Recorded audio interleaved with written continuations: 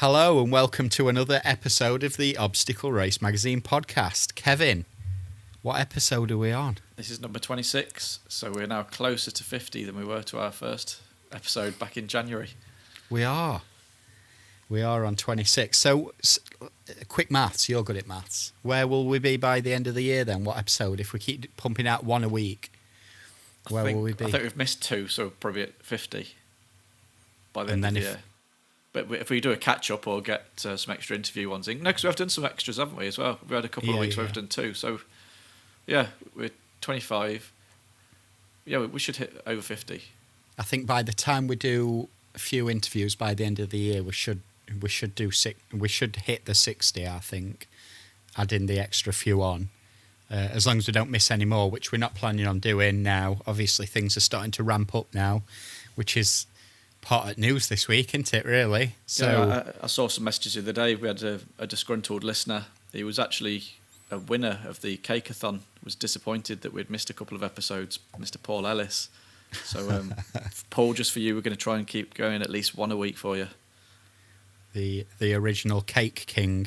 So if anyone doesn't know, and you haven't been sort of around the OCR market quite as long, or you're not in the UK, Cakeathon with like a little bit of a different concept OCR we put together as a little bit of fun that actually took place after another event, and we did like quite a funky rubberized cake muffin sort of standout medal for it, and basically competitors had to run around a short course. I think it's 500 metres.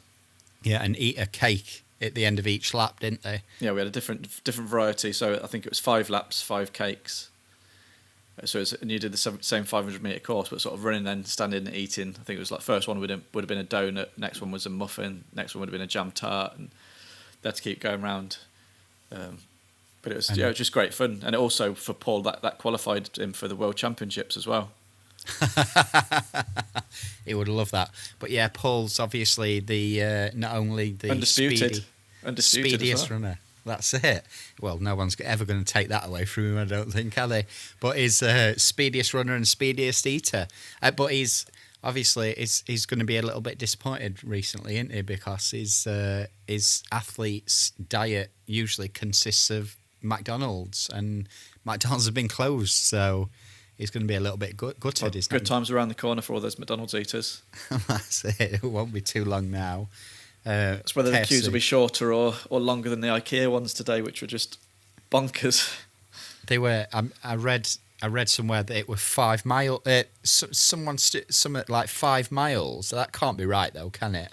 Well, I saw like the queues in the car parks, and people had queued for over 3 hours to get to the front door.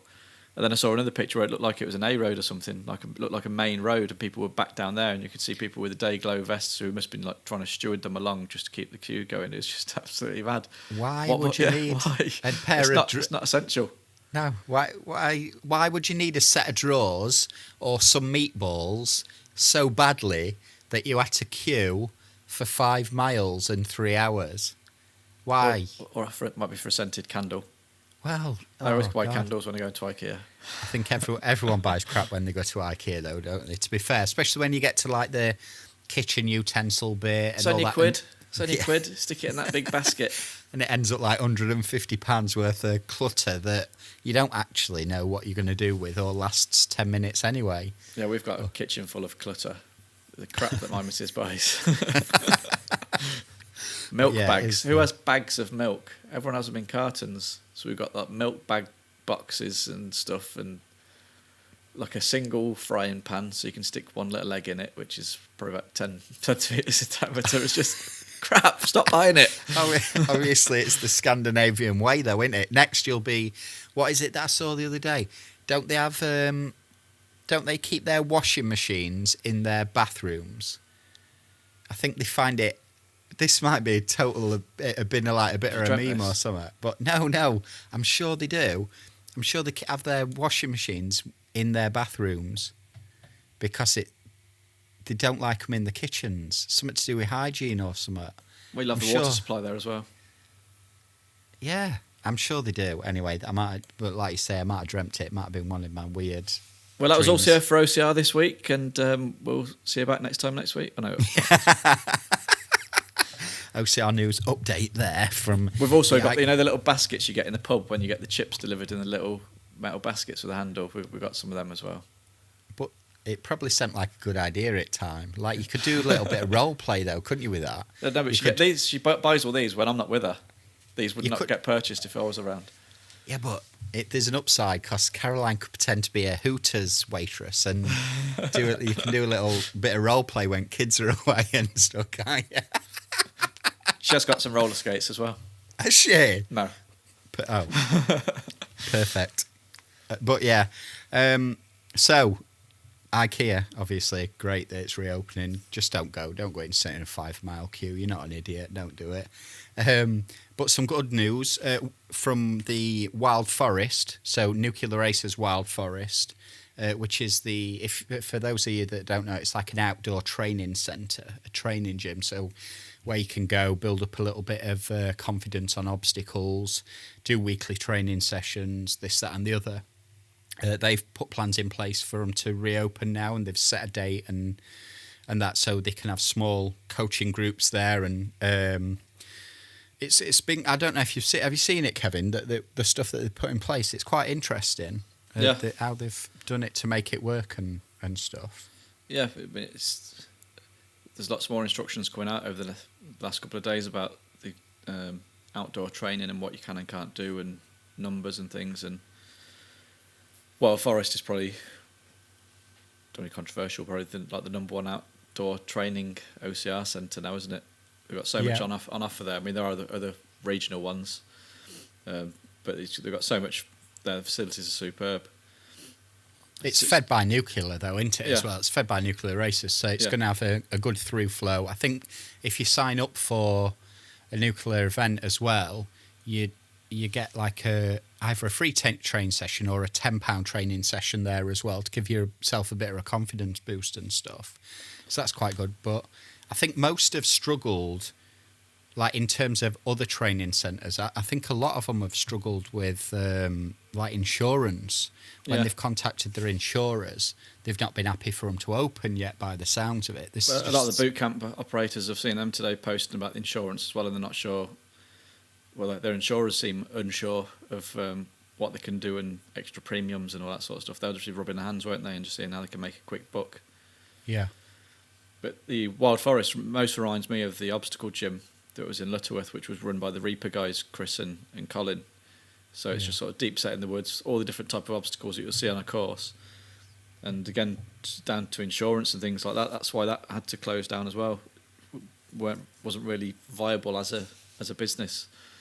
So in another 100 years, somebody's going to be walking through the fields and forests of Lutterworth, and they're going to come across this ancient obstacle course. Random little compound with bits and pieces like built sofas all over made the of place. pallets.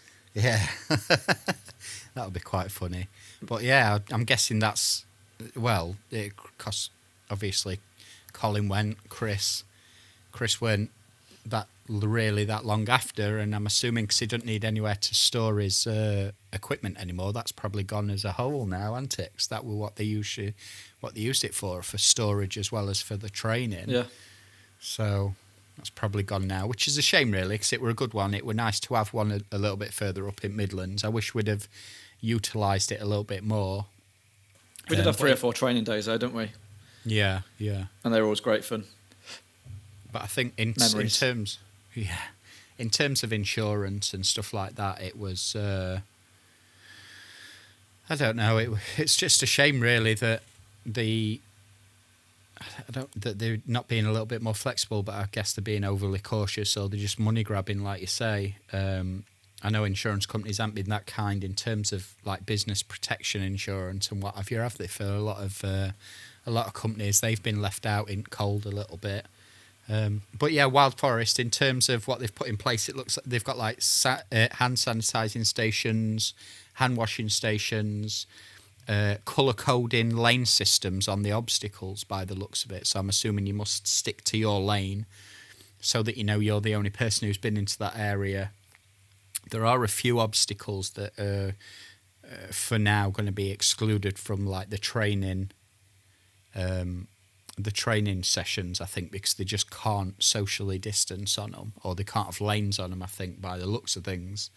But no, it's good. It's a bit of a light at the end of the tunnel for PTs. A lot of them have had to move over to online stuff, haven't they, to be doing Zoom sessions and Yeah, it's not the same. Whatever. But they've done what they can, but it's not the same. Having somebody shouting at you, getting you motivated. Yeah. I'm friends with quite a lot of the PTs and things, and I see the videos coming up, live streams, and you see the amount of people watching it. I mean, it's great that they're offering something, but it's just difficult for people to really buy into that, especially when they've got the comfort of the boot camp's all about getting away from your house, isn't it, and doing something in that group, that community. When you don't feel like you've got that community around you, it's very difficult. When you're with a PT as well, it's about accountability and stuff, isn't it? It's having them face to face, and you put the effort in, and they can see you, but there's not that same. They can see your technique, they can see like how much effort you're putting in, blah blah blah, and you can't do that through Zoom, can you? You can't see that same amount of this, that, and the other, and so it must be tough, because obviously people pay quite a lot of money to go and see PTs, don't they? Especially one-to-ones, so they're going to want the money's worth. So it makes it difficult if they're not really buying into the Zoom side of things. I can imagine a lot of people's revenue streams have just been cut completely, haven't they, really? Yeah, I mean, I think another 2 or 3 weeks and there might be another round of easing and outdoor training, and hopefully it's one of the first things that comes back. You can't see why it wouldn't be, because a lot of studies have shown the virus doesn't really transmit outdoors in any way like the same as it did indoors. Plus the numbers are coming down all the time. So, yeah. And you've been putting the miles in as well, haven't you? Me? Yeah. No. On your bike? Oh, only on my bike. Yeah, it's not the same thing though, is it? Biking's easy. Apart from, actually, it's not that easy. You can't go very far without hitting. You can't go very far without hitting a hill in one direction or another around here. So it does make it a little bit difficult. But I think in the ORM community, I did it as a challenge. So we all had something different to do in Garmin, in the Connect app. I set up a little different one. I think it was cycling and just running, instead of the other ones that we've got running. So we have ones running for the year as well. So we have running, I think most miles ran and most steps walked, I think it is, for the year. They're running throughout the year anyway. But then for a monthly challenge, I set up a bike one and a running one. And I came like 47th in the biking one. So I didn't get that. I didn't get as many miles in as I would have liked to. But to be honest, I can't think of anything worse than trying to go biking while it's so baking hot. That's just an excuse. Go early in the morning, go later in the evening. Excuses. It's no excuses. I like playing with bikes as well. I like playing with bike as much as I like riding it though. I like taking stuff apart and fiddling about with it and stripping it down and stuff like that. Bike geek. Well, I've got. You won't think that when I've done my beautiful little retro gravel bike up. It'll be a thing of beauty for anyone who had a mountain bike in the 90s. I've bought myself a nice little Rally Peak, which'll look sexy as hell by the time that's done. I don't think that's our demographic. Do you not think? I think we're struggling a bit for that age group. I think there's plenty of night. You definitely had a mountain bike in 90s, Kev. Don't you try making out as if you didn't. I've got legs. What's I need a bike for? Let's go round you have to nip round to girlfriend's house. You have to have a bike to nip round to girlfriend's house, don't you? When I was in my teens, it was all about kicking a ball around a field. True. But saying that, when I were a teenager, like my teenage son now, all he's interested in is being in front of Xbox all the time, and I suppose that's the way they socialise now, isn't it? Whereas, I don't know, I weren't very old. I weren't much into my teens before I found out what girls were, and that's when bike really came in handy, because then I could get myself around to girlfriend's house and stuff. This conversation could go one way or the other here. So it's down to me how I push this. Let's be responsible, Kevin. But no, it doesn't seem. Always quickly change the subject again. Yeah, but he's got a girlfriend. Heather's behind you. Yeah, he's got a girlfriend, and he sort of goes around there. But then first thing he wants to do is get straight back on his Xbox. Whereas I shared my time between girlfriend, and I'd be out constantly on bike if I weren't. I'd never sit still, like bike, rollerblades, anything I could do. Definitely not skateboarding because I can't do it to save my life. I have zero balance. Every time I tried to step on a skateboard, I nearly broke my neck. Just sit on it, just get to the top of a hill and just sit on the skateboard and scoot down. That's what I did. We used to do that, but we got a little bit. We lived it right at the top of a massive hill in Bolsover, and being like, they were three brothers, me and my two brothers, and people are going to find this boring, but I'm going to tell them anyway. I had two brothers. No, that was in Bolsover. Yeah, three Wibbly brothers, and both of them were younger than me, and we'd be thick as thieves. We'd always be together, no matter what. And I think that's why, probably one of the reasons, we were just allowed to go, not where we wanted, but I think it were a bit more lax then, weren't it? I can't imagine letting, like, Toby, when he gets to even 12, doing what we were doing when I were like 10 or what, I don't know. No phone, it's weird. No way of contacting home unless you got 10p in your pocket to get to a phone box. Exactly, you knew when to be in because it when street lights were coming on, you needed to be back home, and if you weren't back for your tea, you weren't having any tea. Simple as that. No and brain dripping for you. Well, there were none of this worrying. There were no Nokia 3210s or anything like that at that stage. There were nothing. And you took your dad's watch if you really needed to note time for while you were out. But yeah, we'd go out, and we lived right at top of this hill anyway. And we used to do like what you described, basically tobogganing down these massive hills. And obviously no sense of danger whatsoever. But because it were a brand new estate, there were hardly any traffic. And we used to just absolutely fly down these hills. We used to be able to go for about almost 2.5-3 miles, all downhill without stopping, and we used to think it were amazing. It were a right massive distance. Used to take us probably about, to lug because how small we're, to lug these skateboards back up to the top of the hill, it used to take us probably half an hour to be able to get back again, compared to it taking us probably, I don't know, not many minutes to get down, that's for sure. But yeah, used to. Right, it was boring. It were a bit boring. But we never used to be inside. What I'm trying to get across is we never used to be always inside. Out. Yeah, always out. And I think that's what our generation, it's in difficult terms to get of... them out, though. Again, if you've got kids, if you've got teenagers, though, it's so difficult to get them out now and get them having hobbies which are outdoor-based. My daughter, she's into acting, and now she's like learning instruments and things. So it's all from home, trying to teach herself. But my son's the same on the Xbox. He has actually come out for a couple of runs with me over the last week.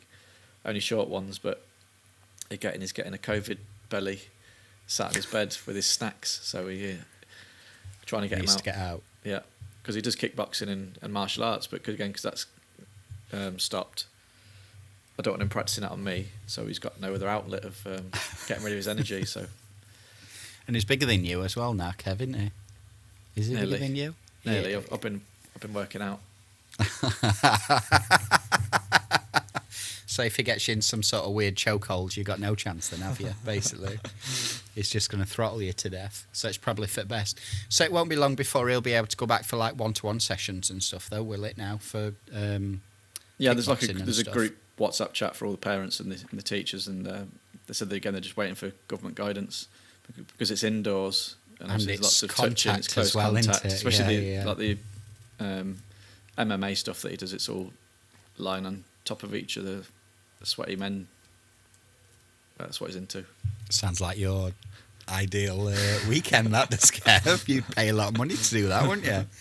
But he's nearly 16, so he's getting big lad. Yeah. I think last time I saw him at Mud 7, he were well and truly... He's getting a few hair sprouting on his chops now.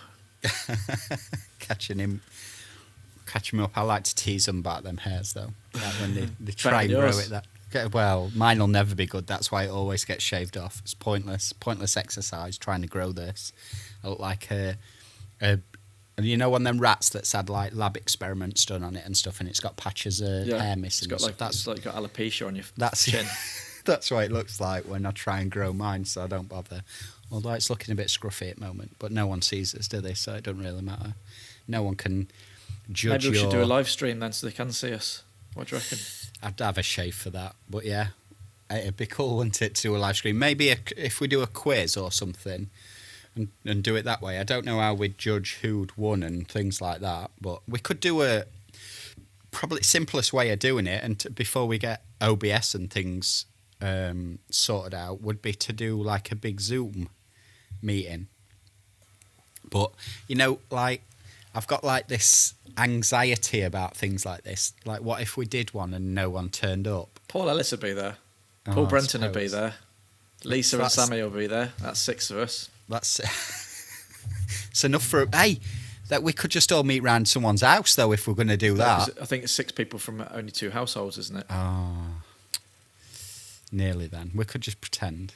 Sammy and Lisa would have to live together for a little bit and then come round. But 6 people, you can. It's like barbecue heaven now, isn't it? Round people's houses. Yeah. Getting all family around, sat at other end of garden from each other, passing each other's burgers, all drinking out of the same bottles, but they sat at other end of garden, so it's all right. Kids like nicking odd beer bottle and sneaking it underneath table. Bring and your own stuff. Portaloo. Yeah.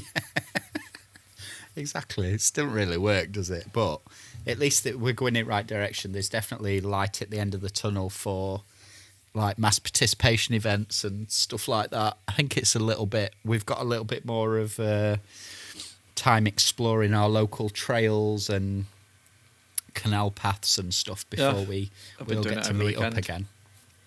Found some great little run. Yeah, I took Caroline for a long walk yesterday. Did you? I did tell her to wear appropriate footwear when we left the house, but she didn't listen. She had a little flip-flop things on walking through. Did she end up with fields? blisters? No, she just didn't like stingers and things I was taking her through and ploughed fields. Did you? But she'll learn. If you keep taking her over and over again. But no, it's it does look like things are going in the right direction. Are you spotted anything this week, Kev? We're going to Spartan at the weekend. Saw lots of people out getting the trifectas in. And some really good distances. Didn't they? Yeah, saw Rick Burgess from Raw Fit. I think he did 31 miles yesterday. Yeah. Plus all the obstacles, which were all the different exercises you had to do, all the different sets. So fair play, because again, the motivation to get yourself out there doing it virtually on your own, it takes something. So well done everybody who did that. Because that were quite that's a big distance, especially in the heat that it was over the weekend as well. If you were doing the ultra or whatever, or the beast, sorry, it's a long old way to go, and especially for a virtual medal.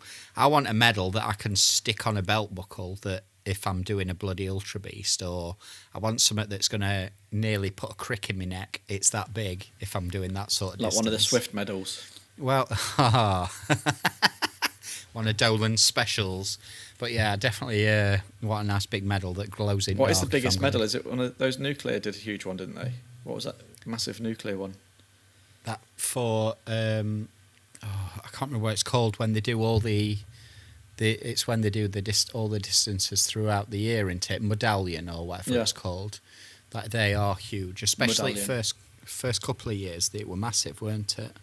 I don't know what it's like now. To be honest, it's not one that we've been able to get to all of them for it to be like in my sights to be able to get. So I kind of, rather than be envious, I tend to shy away from looking at them too much, else I get jealous. The Bear Grylls Survival Race ones were pretty massive as well. Yeah, they were actually, weren't they? The proper ones that were spelt right, the ones that were spelt correctly. They were pretty good. Made, not porn, aren't they?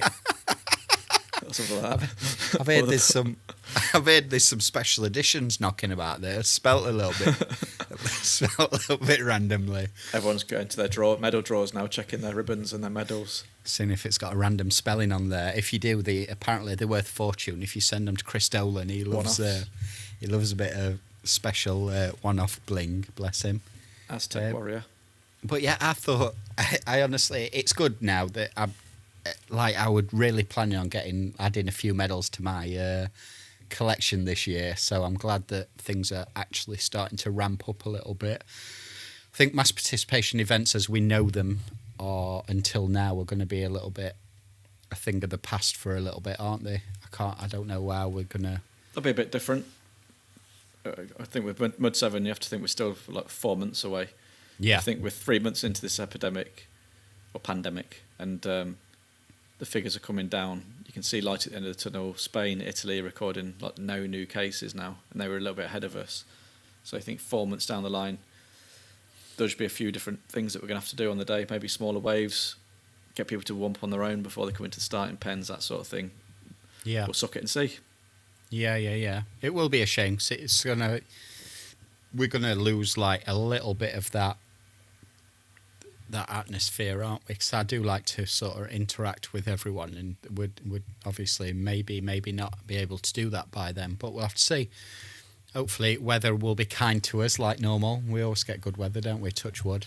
Yeah, it's a bit too early to see the end of September yet. We usually get yeah, and you start having your weird and wonderful dreams about what could they've already started. What can go wrong? Go right and wrong. You wearing your random. I dreamt there's this pandemic that came along and changed everything.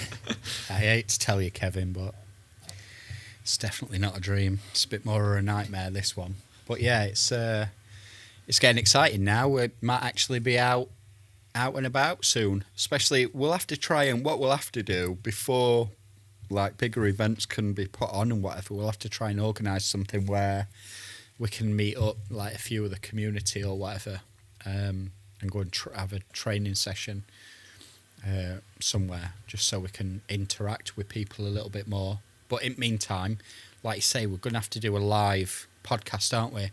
I ain't got a clue about like the technical side of it, so I'm going to have to quickly learn. Yeah, you'll love it. That. You'll love this. You're Mr. Tech Geek as well as Bike Geek, so you'll be in there now. You'll be up to 2 or 3 o'clock learning how to do it all.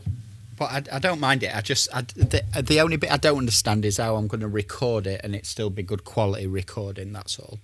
But apart from that, the other bits I understand.